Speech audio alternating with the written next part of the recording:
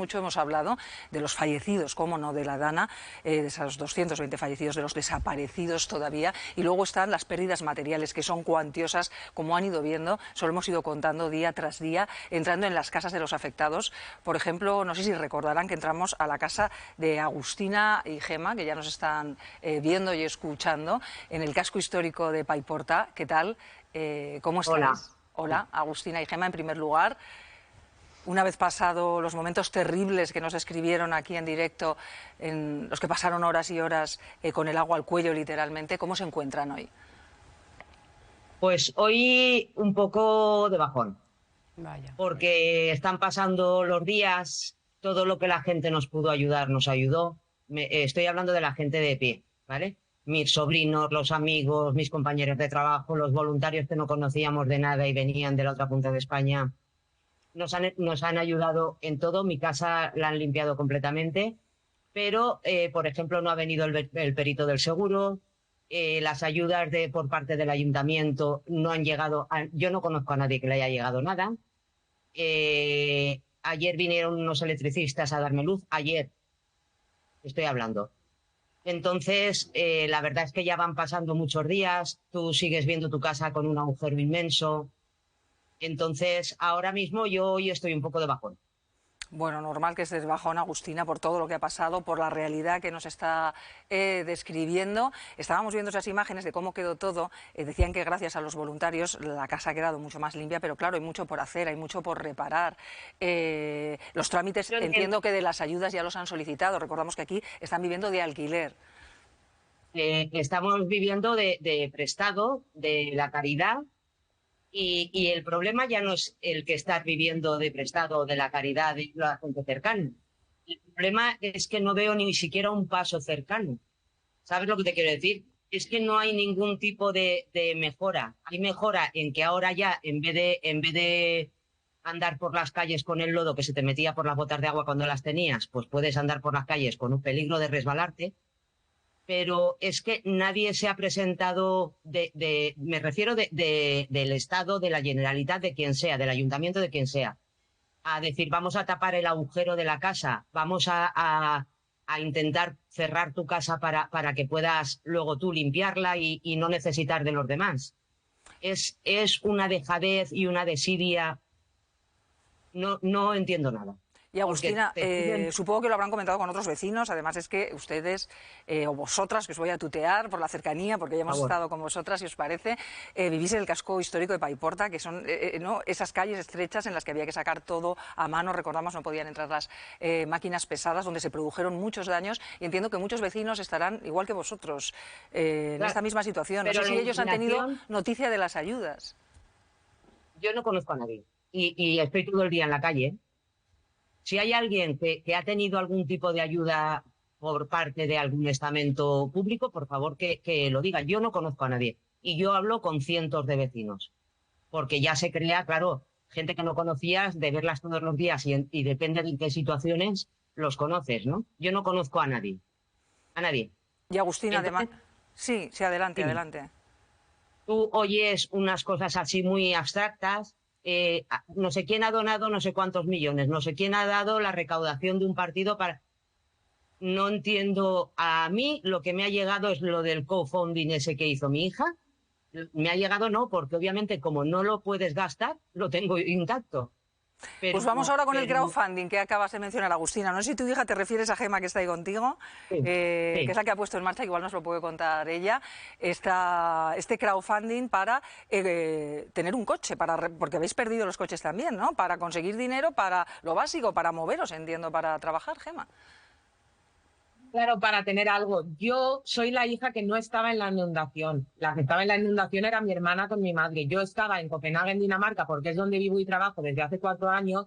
Y yo cuando me enteré de lo grave que había sido la situación, no, es que no sabía cómo ser útil. Entonces yo, por un lado, me vine aquí para estar con mi madre y con mi hermana. Y por el otro lado, lo que hice fue pues una recolecta. Hay una página web que se llama GoFundMe y era eso, era pues para un coche, para un poco recuperar la vida normal. Porque claro, todas las cosas que tú tienes en tu vida las tienes en tu casa o en tu coche.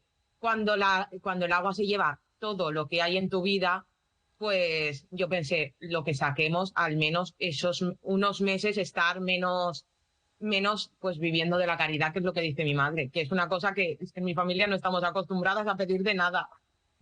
Pues Agustina, Gemma, gracias por habernos contado vuestra situación. Os deseamos mucho ánimo, mucha fuerza, que cuanto antes lleguen esas ayudas y a ver si Agustina deja de estar de bajón porque empieza a haber buenas noticias en la zona y os agarráis a ella y empezáis a retomar las riendas de vuestra vida.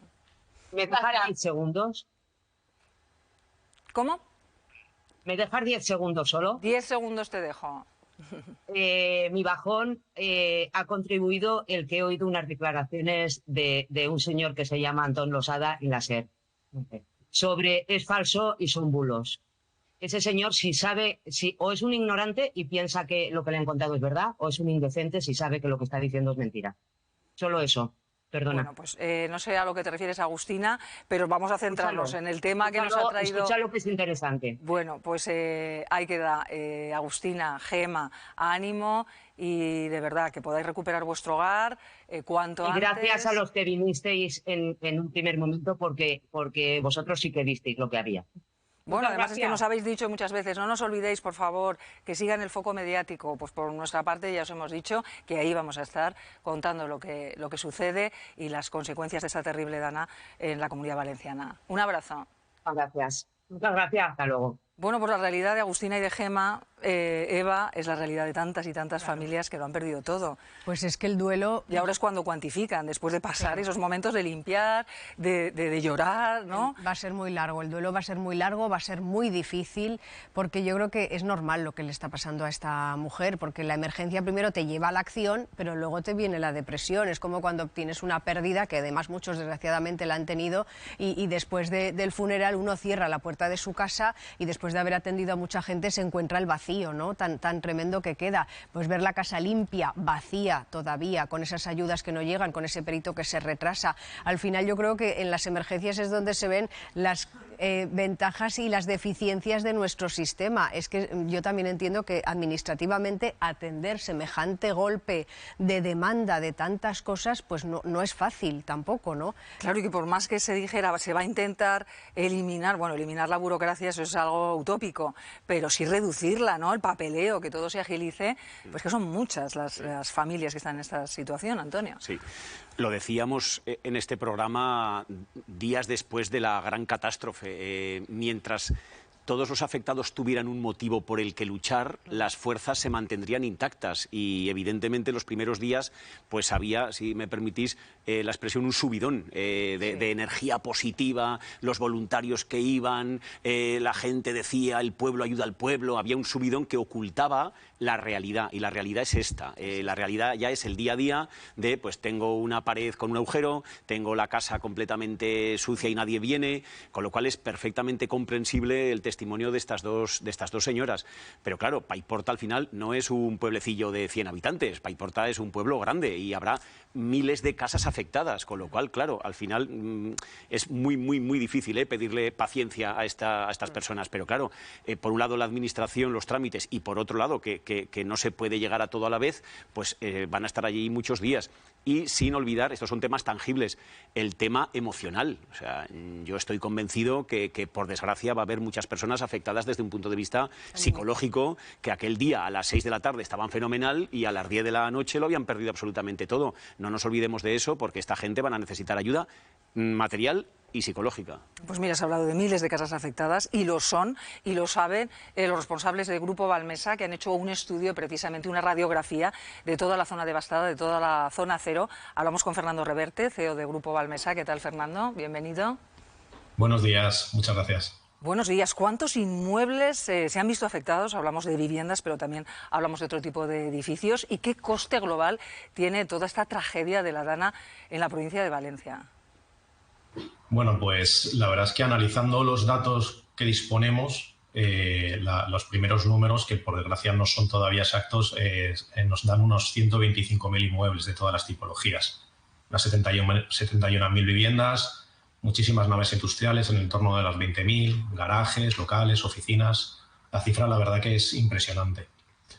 Y además, revisando estos inmuebles y el nivel de afección o de destrucción que han tenido, estimamos que los costes de rehabilitación van a ser de unos 2.500 millones de euros, con los datos que tenemos a día de hoy.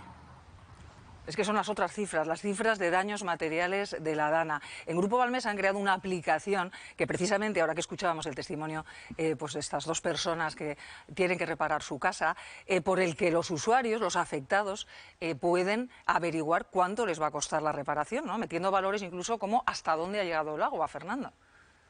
Correcto. Al final va a depender mucho de cada inmueble que ha afectado. Desde luego, las plantas bajas, en las zonas que ya hemos visto en tantas imágenes, Paiporto, Massaransa, etcétera, el nivel de destrucción es muy elevado y va a suponer un esfuerzo importante.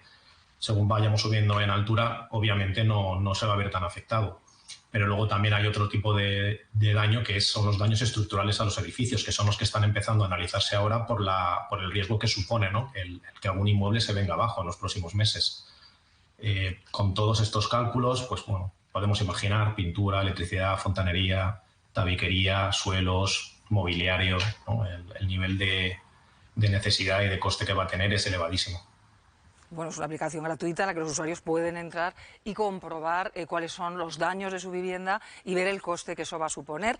Por eso están esperando las ayudas, para ver si llegan cuanto antes. Y a la vista de todo lo ocurrido, de esa radiografía que se ha hecho, ¿qué previsión hay? Porque también han realizado un estudio sobre esto. ¿Qué consecuencias puede tener el mercado inmobiliario? ¿Van a bajar los precios? La previsión la podemos, digamos, extrapolar de otros casos similares donde ha habido desastres naturales relevantes y, en general, siempre el comportamiento ha sido similar. Lo primero es que las zonas más afectadas, lógicamente, los precios caen, ¿no? La demanda se para, no hay operaciones, nadie está interesado, podemos decir, en comprar allí. Las zonas más cercanas son las que reciben una alta demanda y, por tanto, suben. Suben porque hay mucha más gente buscando dónde reubicarse, dónde vivir o al poder alquilar un inmueble para poder pasar esta situación. Esperamos que se normalice en un periodo de unos 5 años y, sobre todo, vinculado a la inversión en infraestructuras, que todos esos municipios, que son más de 70 municipios afectados, necesitan normalizar el tráfico, el movimiento de personas. Cuanto más se habilite todo esto y más se limpien los municipios, antes se podrá recuperar. Y, por desgracia, eso, por muchos voluntarios que vayan, no va a ser suficiente. Y está claro que para más adelante, teniendo en cuenta esta catástrofe, la inundabilidad también va a ser un factor a la hora de comprar un piso o vender un piso. Desde luego. En los últimos tiempos, la sostenibilidad, el medio ambiente es algo que está siempre en todos los medios y en todas las acciones que hacemos a lo largo de nuestros días. Pero desde los riesgos climáticos, que es algo que habitualmente se ha trabajado en el sector inmobiliario, va a tomar mucho protagonismo. Digamos que son eventos bastante esporádicos, pero que cada vez suceden más a menudo, entonces se puede ver un patrón. A raíz de esto, todo lo relacionado con riesgos de inundaciones o quizá unos riesgos un poco más extremos, como puede ser un volcán, seguramente van a tener cada vez más protagonismo en la toma de decisiones a la hora de elegir una vivienda. Pues Fernando Reverte, CEO de Grupo Balmesa, gracias por habernos atendido en Aquí y Ahora. Un saludo. Muchas gracias a vosotros. Buenos días. Bueno, pues esta parte es interesante también, el coste, ¿no?, económico, lo que supone luego en cuanto a cambio de tendencia, pues una riada como esta, que tiene consecuencias a todos los niveles. Desde luego, primero estamos en lo personal, en la parte humana, pero luego está esta. No, pero es verdad, porque ya la pandemia implicó un cambio de tendencia a la hora de adquirir viviendas, o por lo menos en el gusto para elegir unas y otras, porque del centro la gente pasó al extrarradio, del piso pequeño con poca luz o con poca ventilación pasó a querer tener casas con espacios más abiertos, más que dieran al exterior, por todo lo que había supuesto el encierro de la pandemia. Es verdad que esto también te va a obligar a mirar ese tipo de factores. No hace falta irse a Valencia. En Zaragoza tenemos barrios que están en zonas inundables, como por ejemplo el Actur. Pasa cada vez que llueve que los garajes se inundan. Hemos hablado con geógrafos la situación, pues tanto del barranco, conocida el Barranco de la Muerte, como en la parte de la margen izquierda del Ebro. En la parte de la margen izquierda, efectivamente, la parte de Parque Venecia, que ya ya se están haciendo obras, muros de contención, balsas de laminación, en fin, todo ese tipo de cosas, pero sí que es cierto que todo nos obliga a adaptarnos a ese cambio climático que intensifica y agrava fenómenos como estos, que encima los hace más recurrentes, con lo cual a lo mejor ya no hay que pensar solo en esas obras pensando en que cada 500 años, no, es que a lo mejor es menos que 500 años ese intervalo, ¿no? Como se está demostrando. Habrá que adaptarse en la medida que sea posible, que tampoco es tan fácil. Antonio. Han pasado ya más de 3 semanas desde el día clave y yo creo que no debemos dejar de hablar de ello ni un solo día, pero a mí me hierve la sangre en que llegase primero, llegase primero voluntarios de toda España antes que el Estado. Estamos hablando de que el Estado tiene el presupuesto más caro de la historia, cada año, año tras año, las instituciones autonómicas también, las municipales, y ni así ha sido capaz de responder a una emergencia tan importante. Ha llegado después de que ha llegado la gente organizada por sí misma, con sus medios, con su dinero, y todavía 3 semanas después siguen sin llegar las ayudas. Vemos cómo se echan la culpa unos a otros, como dicen lo que no se hizo después desde el gobierno autonómico, también desde el nacional, y lo que no se hizo antes desde la Confederación Hidrográfica. No se limpiaron los ríos, no se limpiaron los montes, se destruyeron presas. No solo también hay que prevenir, no solo es arreglar después. Hay una responsabilidad. Rivera ahora se va a Europa y tendrá que responder algún día de su responsabilidad, pero esto, más allá de los partidos, es la constatación de que el sistema no funciona. Tenemos más políticos que en ningún país y hay tantos políticos en tantos sitios colocados que no están preparados para algo así. Para gestionar observatorios, como decíamos antes, y cuestiones fáciles, que son más abstractas, valen todos. Pero para una catástrofe de este tipo, cuando viene la gestión de verdad, no vale casi ninguno. Bueno, yo quiero pensar que el sistema sí que funciona. También bueno, la muestra, esta señora lo ha dicho. Otra cosa es cómo se ha gestionado, tanto por gobierno autonómico, gobierno central, pero el sistema, pues quiero pensar que sí funciona.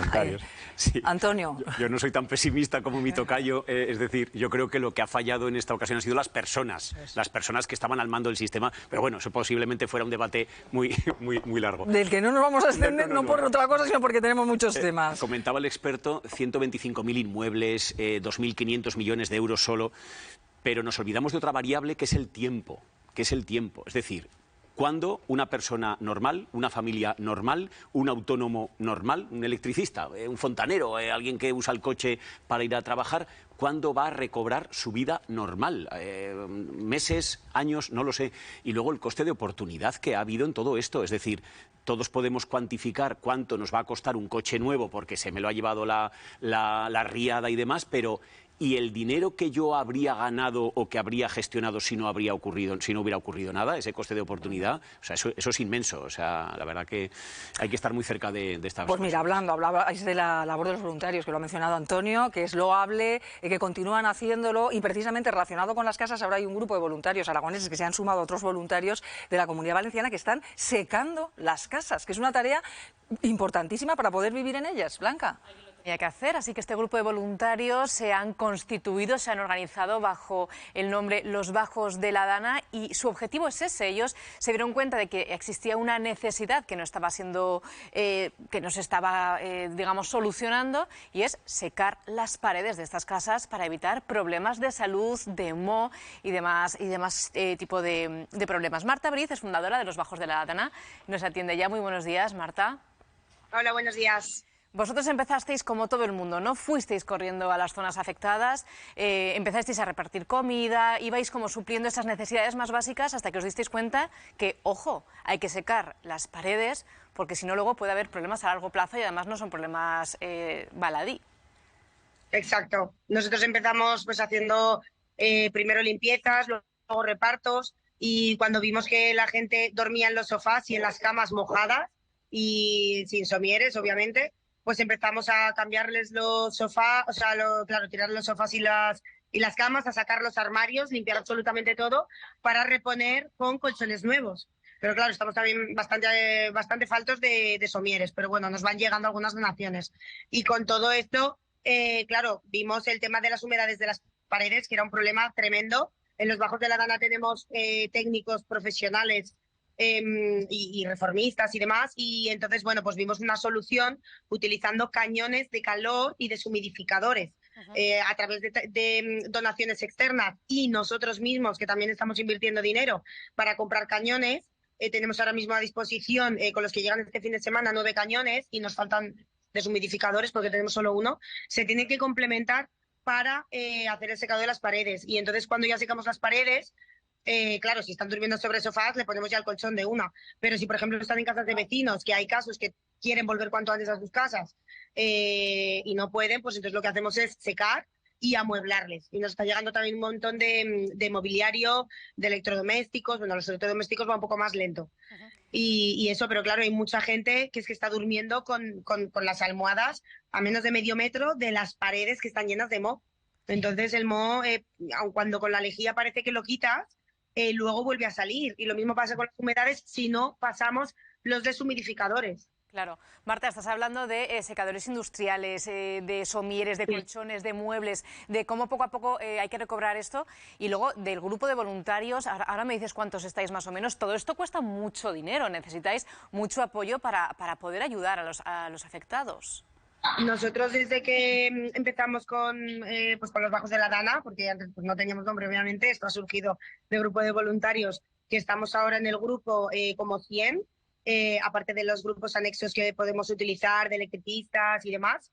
Y lo que es en la base de datos, claro, nosotros decidimos digitalizarlo. En cuanto dijimos, venga, los bajos de la Dana, dijimos, vamos a pues, digitalizarlo todo para que vaya el inventario automatizado desde el almacén con 3 QR que tenemos repartidos por las calles en diferentes ciudades en España, que va a unos formularios, que tenemos un formulario que va para voluntarios, para que se registren, otro formulario que va a las donaciones en especie, no cogemos dinero, todo en especie, y si hay dudas referimos dónde alquilar o comprar la maquinaria industrial que necesitamos.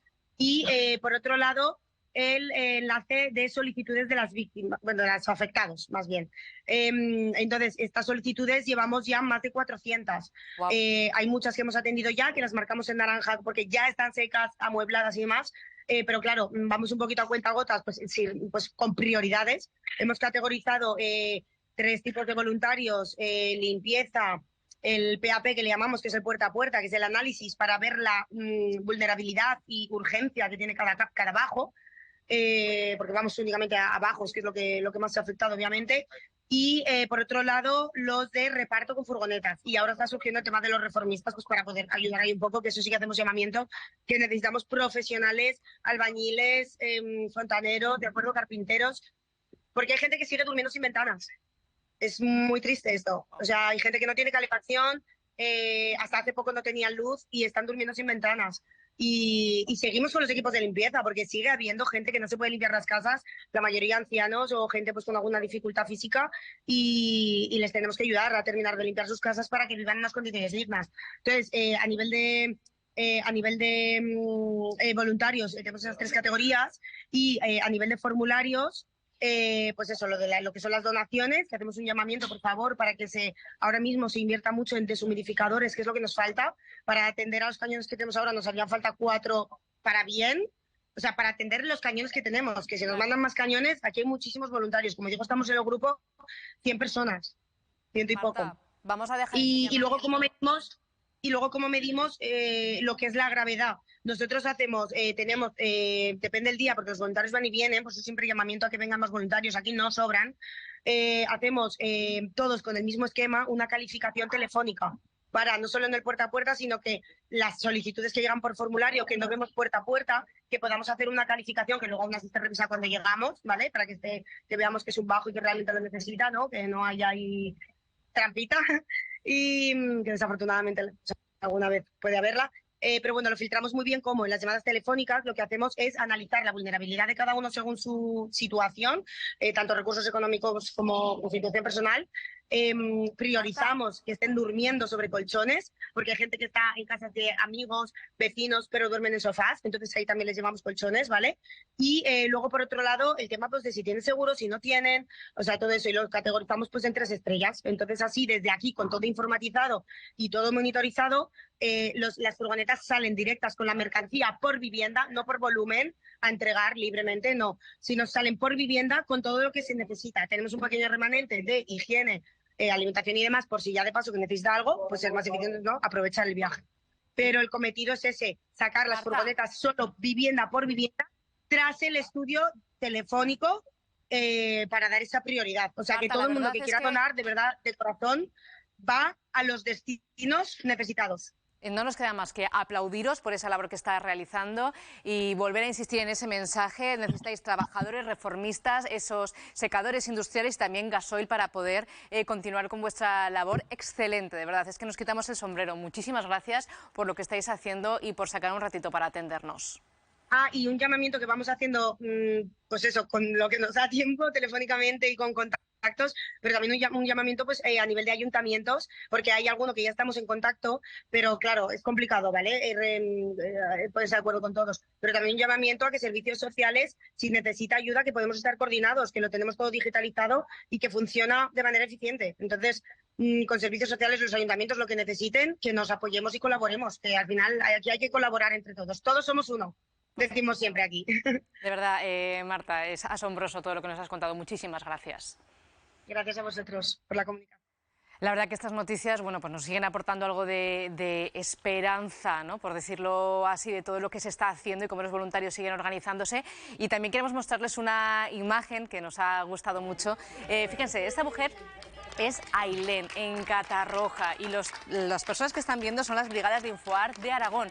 Le hacen entrega de un ramo de flores y de un osito de peluche para su hijo recién nacido, Lucas. La historia viene después de la tragedia. Estas brigadas conocieron a Ailén. Ailén estaba atrapada en casa, no podía salir, estaba a punto de dar a luz y las brigadas no dudaron en ponerse a trabajar, a limpiar para que una ambulancia pudiera llegar hasta su casa y llevársela a un hospital para que pudiera dar a luz en condiciones.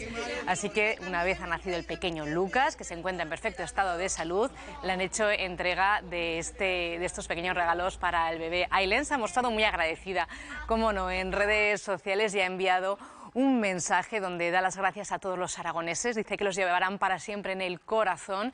Además, apunta, habéis sido los primeros en llegar y me consta que seréis los últimos en marcharos. Mi familia y yo solo tenemos palabras de agradecimiento para vosotros, sois muy grandes.